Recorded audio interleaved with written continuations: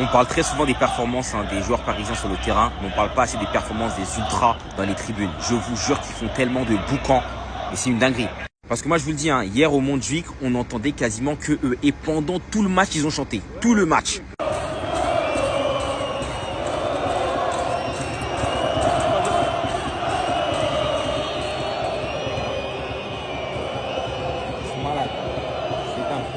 Moi hier j'étais placé juste en dessous de la tribune extérieure qu'on peut reconnaître avec la bâche en plexiglas.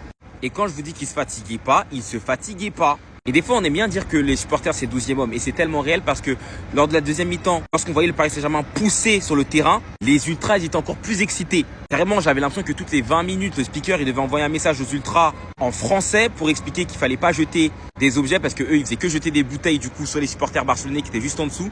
Bon moi j'ai pas reçu de bouteille. Sur la tête, Dieu merci. On me fait voir le message. Attention s'il vous plaît, nous demandons aux supporters du Paris Saint-Germain de ne pas jeter d'objets. Genre vraiment sur la fin de match, lorsque le PSG poussait, les ultras étaient déchaînés, ils frappaient sur le plexiglas. J'avais l'impression qu'il allait se péter. Je faisais que me retourner carrément. Tellement on n'entendait qu'eux et tellement ils voulaient pas se fatiguer. Ça, je sais que c'est le cas depuis longtemps. Et les ultras parisiens, franchement à l'extérieur, ils ont l'habitude de faire du boucan. Il me semble que même au Signal Iduna Park, ils avaient éteint là-bas. Mais le voir en vrai, c'est costaud. Clairement en fin de match, je me rappelle, dès que Gonzalo Ramos a marqué, les on est chez nous, on les entendait clairement.